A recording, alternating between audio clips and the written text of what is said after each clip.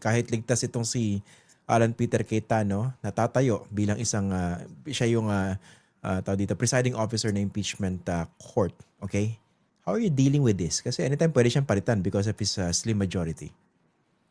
Hindi, alam po ninyo, irrespective naman po of the House, of the Senate leadership, handa naman po yung House Prosecution Panel to present our evidence and to comply with all the orders and directives of the Senate Impeachment Court. No? So, pareho lang naman po yung composition po ng Senado. Ang nagbago lang naman po yung liderato po nito. So, ang kailangan pa rin hong gawin talaga, both ng prosecution and defense, kumbinsihin pa rin po isa-isa yung po nga mga senators, judges po, na talaga hong makakaalam ng lahat po ng mga ebidensya at mga dokumento po na ilalatag sa trial. Okay, kanina formal na silang numpa bilang senator judges dito sa impeachment court. And kasama sa kanilang pananumpa ay magiging impartial judges sila. Do you think that can easily be switched? Especially after some, if not many of them, had already been talking about their preference as to this impeachment case before they formally took their oath? Well, syempre, yung oath naman po, ang ating understanding po dyan ay every person, every senator judge will comply with that particular oath, no? And kasama din po doon sa impeachment rules yung po political neutrality. So, pwede ho na natin isang tabi yung po mga previous pronouncements ng po mga senator judges at syempre, hope and trust on all of them that they will be impartial and that they will be politically neutral going into the trial after all the pleadings have been submitted. Okay. But does it bother you bilang isang miyembro ng House Prosecution Team kahit meron kayong ganong expectation, no? At least benefit of the doubt. Pero ang reality is these are DDS senators or pro-Sara Duterte senators controlling the majority as we speak. Wala naman po. Ang totoo naman po, we will be relying on the strength of our evidence. No? So, in the same manner, I think the defense will also rely on the strength of their evidence. So yung pong pagbabalanse po nito ay nakabatay po talaga doon sa kanya-kanyang mga senator judge na po. No? So, depende po sa kanilang consideration of the evidence and documents and ultimately sa kanila pong konsensya, yung po ang magiging pagpapasya nila dito po sa bagay na ito.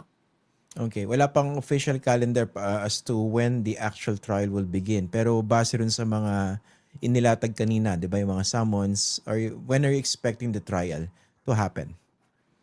I understand mga second week of June na po ang pinag-uusapan natin. Second to third week of June yung po actual trial proper. Kasi ang pinag-uusapan po, so from today, meron pong order to answer ang ating pong pangalawang Pangulo, after which meron pong 5 araw para sumagot po yung Kamara. So I think that's half a month and then, ayun na nga, so more or less, second week or third week of June po, magsisimula na po yung paglilitis mismo. And of course, magkakaroon pre-trial, na tama? Tama ho. Dito ho, magkakaroon ng pagpapasya kung meron pang mga pagkakaisahan yung pong prosecution at defense na mga ebidensya o mga dokumento na hindi na kailangan patunayan pa during the course of the trial. Pero syempre, meron din po yung mga particular naman dokumento at ebidensya na malamang pagdedebatihan ng mga ng dalawang panig in the course of the trial. So yung marking of evidence, hindi na mangyayari yun sa actual trial? Like what happened during the 2012 Corona impeachment trial? Pwede yung mangyari yan sa pre-trial na. Yung stage po na yan. Particularly those na wala pong magiging debate. Pero syempre, as we go into trial proper, pagkakaroon pa ho ng further markings nito pong mga ebidensya na pagdidebatihan at paglalabanan. Doon sa mga nagtatanong, no? Kasi matagal niya nang binabanggit tsaka ng mga umuusig dito kay Vice President Sara Duterte na maraming ebidensya laban sa kanya. Doon sa mga nagtatanong, gaano ba karami? I mean, in terms of volume, to help them visualize it. Yung pong volume ay what they had witnessed during the course of the House Committee on Justice proceedings, no? Ang katulad ng binanggit ko na previously, madadagdag lang naman po dyan ay yung pong relating to the Civil Service Commission and yung pong unsealing ng BIR box, at pangatlo, yung pong mga bank documents po ng pangalawang pangulo at ng kanya pong mga at ng kanya pong kasama. So mabubuksan, at least as far as you're concerned as a prosecution member of the prosecution team, yung kanyang actual bank accounts para ibangga doon sa report ng AMLAC, tama ba? I think yan po yung magiging proseso going into the trial itself. Okay, so meron kong pagkakataon yung prosecution team na yung Kamara para sagutin yung magiging sagot ng Vice President. Pero technically, can you dispense with that para mapabilis yung proseso? Pwede naman ho. Pero syempre, ang expectation po natin, dahil this is the last opportunity for the Vice President to make her position known, it will be more substantial than the answer previously. No? So, I'm quite certain they will be raising constitutional jurisdictional questions, and yung pong point per point nasagot na po on the articles themselves. No? So our expectation would be we will have to respond to all of these points as well before going into pre-trial. Okay. Technically kasi papunta na to ng trial, no? Can the Vice President afford to respond to these articles of impeachment the way they responded to the House impeachment cases before? Na basically dinedma niya.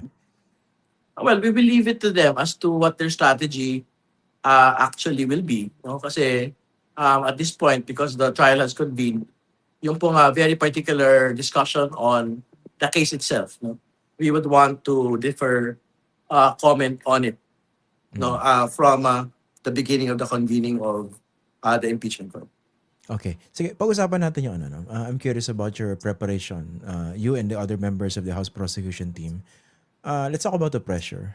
Are you feeling that, and how are you dealing with that? Kasi dun sa House of Representatives, especially sa House Justice Committee, ang impression is that kontrolado niya yung senaryo. Pero dito haharap kayo sa Senado at marami kayo hindi kakampi dyan, definitely. Well, alam po ninyo, I think we have been discussing many aspects of the case already from the very beginning of the House Committee on Justice proceedings. No? Kaya katulad ng sinasabi ko, ilan na lang naman ho yung madadagdag when we get to the trial proper itself. No? So, kahit ho nakapikit yung pong mga prosecutors, medyo kabisado na ho nila yung kabuuan po ng mga kaso. At we have been undertaking the meetings as soon as all of us got elected last week. No? So, I think up until we get to trial proper, we are continuously preparing for it. No? And our expectation is dapat ho kayang i-present ng each and every prosecutor, 11-person prosecutor, yung lahat po ng mga kaso from Article 1 to Article 4. Okay. Pero how are you preparing for the possibility that certain senator judges might overstep their boundaries?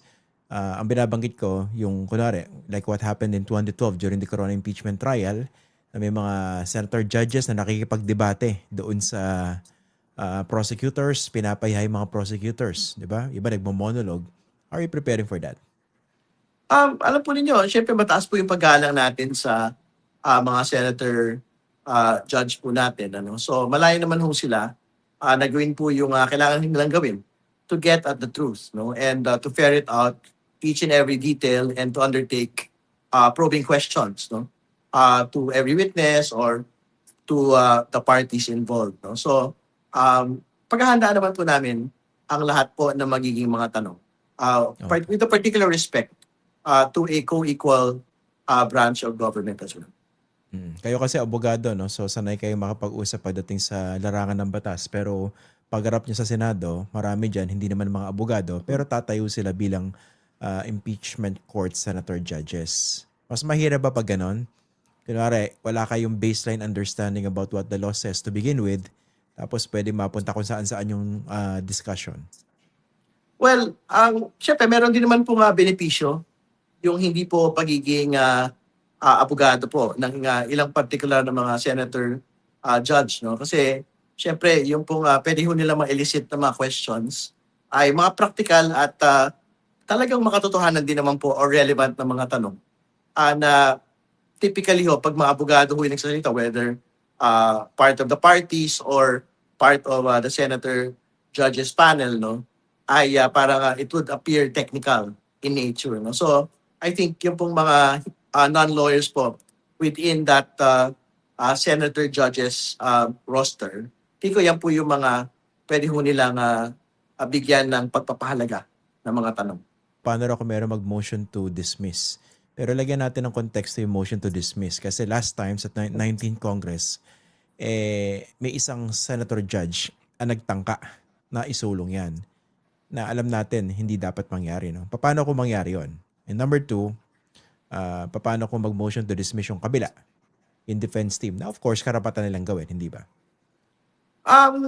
Tingin ko po at this point, ano na ho yan eh, hindi na yan bagay na tinatalakay kasi nasa gitna na ho tayo ng aktual na pagtakbo nito pong prosesong ito.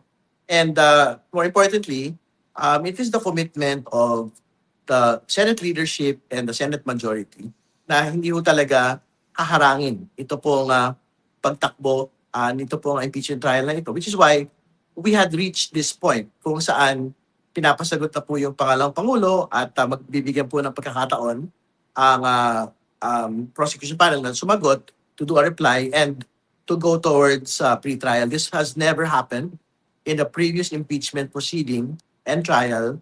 Ngayon lang po ito nangyari. So, I think these particular procedural questions, baka hindi na ho yan maitanong or ma-raise pag umabot na ho tayo sa punto pong ito.